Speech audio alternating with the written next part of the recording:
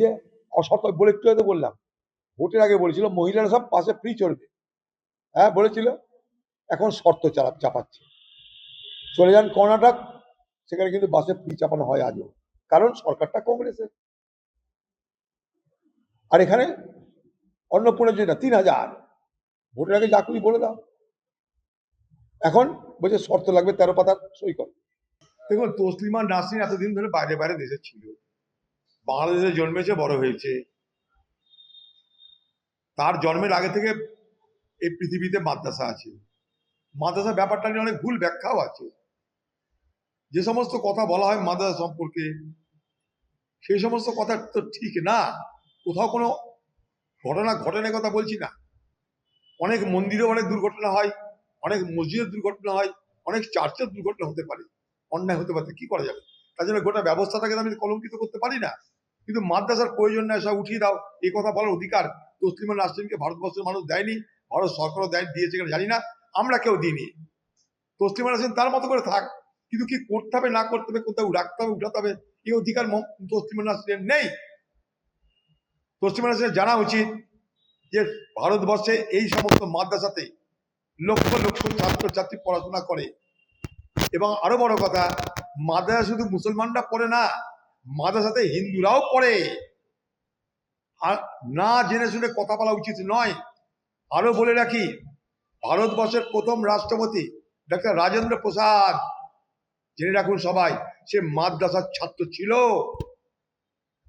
যখন স্কুল ছিল না আমাদের দেশে, তখন মাদ্রাসা গ্রামে গ্রামে শিক্ষা ব্যবস্থা চালু করেছিল। ইতিহাস এটা। আজকে মাদ্রাসা মানে সেখানটাই কেউ বললো এর আগে সেখানে সন্ত্রাসবাদী তৈরি হয়, মাদ্রাসা মানে কেউ বলে দিল যৌন নির্যাতন হয়। এসব ফালতু কথাবার্তা বলার তো কোনো মানে হয় না। প্রশাসন আছে দেখবে, পুলিশ আছে দেখবে, কোনো জায়গায় কিছু হলে রুখবে, কেউ তো মানা করেনি। কোনো মুসলমান সমাজ বলেছে মাদ্রাসায় যদি কোনো অন্যায় কাজ হয় প্রশাসন তুমি কিছু বলে না, কেউ তো বলেনি। খামোকা একটা সমাজকে ডেমোনাইজ করা, একটা সমাজকে আক্রমণ করার, এটা কোনো কোনো কোনো কিছু এটা কখনো সঠিক কাজ, শুভ চিন্তা হতে পারে বলে আমি মনে করি না। তার মানে আমি বলছি না সবাইকে মাদ্রাসা পড়ে, তা বলছি না, ব্যাখ্যাটা ভুল যেন না হয়। কিন্তু মাদ্রাসা মানেই সব অন্যায় হয়, বাজে কাজ হয়, এই হয় তাই হয়, এই ধারণা কিন্তু প্রচার করা হয়। মাদ্রাসায় প্রচুর হিন্দু মুসলমান একসঙ্গে পড়ে, আমি নিজে দেখেছি। আমি মুর্শিদাবাদের মানুষ, এখানকার বহু মাদ্রাসা আছে, হিন্দু ছাত্রছাত্রীরা পড়ে, আমি নিজে দেখেছি। আমি দেখেছি তো কি করব। গরিব গরিব ছাত্ররা স্কুলে পাঠানো ক্ষমতা নেই বাবা মায়ের, সেখানে যেন পাঠাচ্ছে। প্রত্যন্ত গ্রামে রাস্তা নাই, ঘাট নাই, সুযোগ নেই, পাঠাচ্ছে। কেউ তো বলেনি তাদেরকে আরো ভালো শিক্ষায় শিক্ষিত করার কোনো বাধা আছে, তাতে কেউ বলছে না। মাদ্রাসা নামে অ্যালার্জি কেন কে জানে? দেশে তো টোলও আছে, সরস্বতী শিশু মন্দিরও তো আছে, কি করা যাবে? চলুক সব। আমাদের সংবিধান বলছে যে প্রত্যেকটা ধর্মের নিজের নিজের কালচার আছে, সেই কালচার অনুযায়ী তারা শিক্ষা দিতে পারে, তারা চলতে পারে, আমরা কি করবো সেখানটায়? ভাই আবার আমি একটা কথা বলছি, এত কিছুর জন্য তো সরকার চলে গেছে, এখন যে সরকার এসে তারা কিছু বলুক। তৃণমূল চোর ছিল, বাটপাট ছিল, জুয়ার চোর ছিল, লুটেরা ছিল, বালি চোর, খাদান চোর, পাথর চোর, গরু চোর, সব হয়ে গেছে। তার জন্য তো বাংলার মানুষ তাদেরকে গার ধাক্কা দিয়ে বার করে দিয়েছে। কিন্তু যারা ক্ষমতায় এলো তাদের তাকে তো এখন জানতে হবে তারা কি করছে। আর কতদিন টিএমসি আর টিএমসি দুর্নীতি নিয়ে আমরা বসে থাকবো আলোচনা করে? এখনকার হাল বাতাও, এখনকার অবস্থা কি সেটা দেখো। এখন মানুষের দাবি দেওয়া কতটা পূর্ণ হচ্ছে সেটা দেখো। মানুষের দাবি দেওয়া পূর্ণ হলে আমরাও কিন্তু আন্দোলনে নামবো। ঘরে ঘরে ট্যাক্স বাড়ছে, ইলেকট্রিক মিটারে খরচ বাড়ছে। বলা হয়েছিল ফ্রিতে মেয়েদের চড়ানো হবে, এখন সেখানে শর্ত লাগানো হচ্ছে। এখানে কোনো কিছু ফ্রিতে হয় না। বলা হলো সবকে অন্নপূর্ণার পয়সা দেওয়া হবে, সেখানে শর্ত লাগিয়ে দেওয়া হচ্ছে 13 পাতা। তো সেগুলো নিয়ে একটু আলোচনা হোক। আরে তৃণমূল জমানা, চোরদের জমানা ছিল, সবাই জানে। এরকম কত টুলু ভুলু আছে। সেই চোরদেরকে নিয়ে আবার এনসিপিআই পার্টি হয়ে গেল, সেই চোরদেরকে নিয়ে আবার এখানে বিদ্রোহী দল তৈরি হয়ে গেল। কাকে কি বলবো আমরা? কাকে কি বলবো? এই এনসিপিআই চোরদের নিয়ে তো তৈরি করলো, মদতকে দিচ্ছে। বিদ্রোহী তৃণমূল তারাও চোরদের নিয়ে করা হয়েছে, তাদেরকে মদতকে দিচ্ছে, তাদেরকে কেউ ধরছে, জিজ্ঞাসাবাদ করছে, ডাকছে? না না না। তাহলে একই যাত্রায় পৃথক ফল কেন? আমার প্রশ্ন এটা, একই যাত্রায় পৃথক ফল কেন? যা তৃণমূল করছে তাই বিজেপি করছে। তৃণমূলে জয়েন করলে 7 খুন মাফ হয়ে যেত, বিজেপিতে সরাসরি বা অসরাসরি অর্থাৎ প্রত্যক্ষ বা অপ্রত্যক্ষভাবে টিএমসিতে মানে বিজেপির সঙ্গ দিলে তাদেরও 7 খুন মাফ হয়ে যায়। তাহলে বাংলা কিন্তু দুর্নীতিগ্রস্তদের হাত থেকে উদ্ধার পেল না, কিন্তু ভোট হয়ে যায়। এক দুর্নীতিগ্রস্তের জায়গায় আরেক দুর্নীতিগ্রস্ত আছে, এক তোলাবাজের জায়গায় আরেক তোলাবাজ আছে। নাম পাল্টায়, কাম পাল্টায় না। দেখুন, কে কোথায় চিকিৎসা করবে সেটা তো কোর্ট ঠিক করতে দিতে পারে না। আমার এগুলো কতগুলো ফান্ডামেন্টাল প্রশ্ন। আমার স্বাধীনতা আছে, আমি কোথায় চিকিৎসা করাবো সেটা কোর্ট ঠিক করে দিতে পারে বলে আমার জানা নাই। আমি কোর্টকে সম্মান করে বলছি কথাটা। আমি যদি অ্যাফোর্ড করতে পারি, আমার যদি পয়সা থাকে, আমি যদি অ্যাফোর্ড করতে পারি, টাকা দিতে পারি, আমি, আর যদি ব্যবস্থা থাকে, সুযোগ থাকে, আমি চাটা গিয়েও দেখাতে পারি, অসুবিধা কি আছে?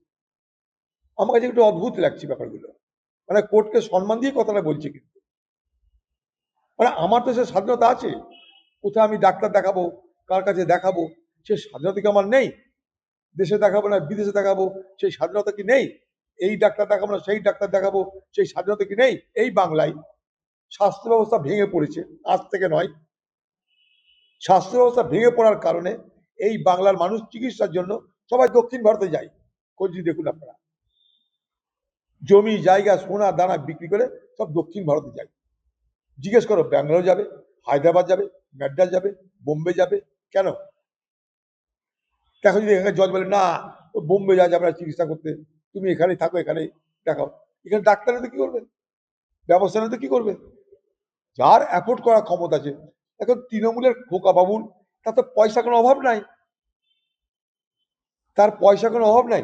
সে নিজে আমেরিকা যেতে পারে, আবার আমেরিকা থেকে ডাক্তারকে ভাড়া করেও নিয়ে আসতে পারে, তার তো সবই আছে। সে যা করে করবে, কোর্ট যা করে করবে, আমাদের বলার কি আছে? এত বড় বড় যারা কারবারের সঙ্গে জড়িত, এত বড় টাকা যারা লুটের সঙ্গে জড়িত, তারা তো আর কেউ বোকা নয়। আপাতত গা ঢাকা দিয়েছে, পরে ম্যানেজ ট্যানেজ করবে। কারণ এখানে তো ম্যানেজ করি সব হয়। প্রথমে হল্লা চিল্লা খুব হবে, তারপর জাকাত তাই হয়ে যাবে। টুলুকে ভুলে আবার ভুলুর খোঁজ করতে লেগে যাবে। তখন আমরা, টুলু বেশি দিন মার্কেটে চলবে না, এখন বাজার গরম আছে, টুলু শেষ হয়ে যাবে, তখন ভুলুকে খুঁজতে লেগে যাবো আমরা, তখন আরেকটা গল্প তৈরি যাবে। এতে লুট হয়েছে বাংলা সবাই জানে, আরে প্রশাসন জানতো না। সবাই জানে লুট হয়, কিন্তু প্রশাসন জানে না। কারণ প্রশাসন দালালি করে, সরকার তখন মদত করতো, সরকারের যারা বড় বড় নেতা মন্ত্রী তারা মাল খেয়েছে। আমি তো চাবো এই সরকার যে সমস্ত টুলু মণ্ডলকে যারা টুলু মণ্ডল করেছে, টুলু মণ্ডলের ধান্দার যারা ভাগ খেয়েছে, তারা কারা সেটা খুঁজে বার করুন। এটা বাংলার মানুষ জানতে চাইছে। দিদি যখন দিদি যখন তৃণমূল জমানা ছিল, তখন নিশ্চয় রয়্যালটি পেয়েছে। তখন সেগুলো থেকে পড়তো না, পড়ানো হতো। কলা দিয়ে যেমন তিতো ঢালতে হয় ছোটদের, ওরকম পড়ানো হতো। ও কবিতা পড়ার মতন লোক বাংলায় কতজন আছে আমার জানা নাই। তো পেনশন না পেলে তো টেনশন হবেই। দিদির পেনশন পাওয়ার চেষ্টা করা উচিত।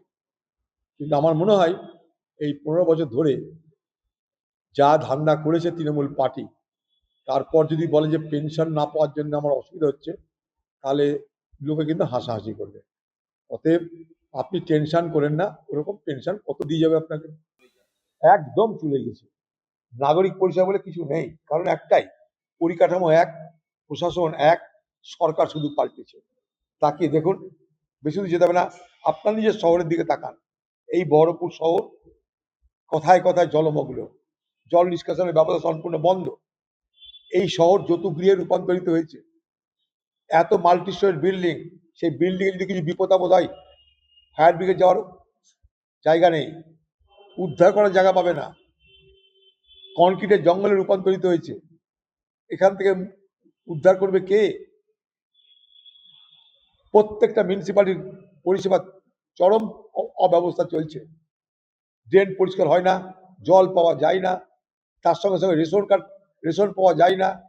চারিদিকে এক অস্থিরতা, শুরু হয়ে গেছে বাংলায়। আমি এটাই তো বললাম, আমাদের বলার পাঁচন গেলা করে গেলানো হতো। দিদির সময় কবিতা, দিদি ছবি আঁকতো, যারা চোর জোচ্চোর চিটার যারা লুট করতো তারা সব সেই ছবি কিনতো। সারদা কাণ্ডের ঘটনাটা দেখেছি, একটা ছবি কোটি টাকায় বিক্রি হচ্ছে। তো সেই সব জমানা দিদির চলে গেছে। এখন দিদির না ছবির দর আছে, না কবিতার দর আছে, না গল্পের দর আছে। দিদির দর চলে গেছে, কারণ ক্ষমতা চলে তাই দর চলে গেছে।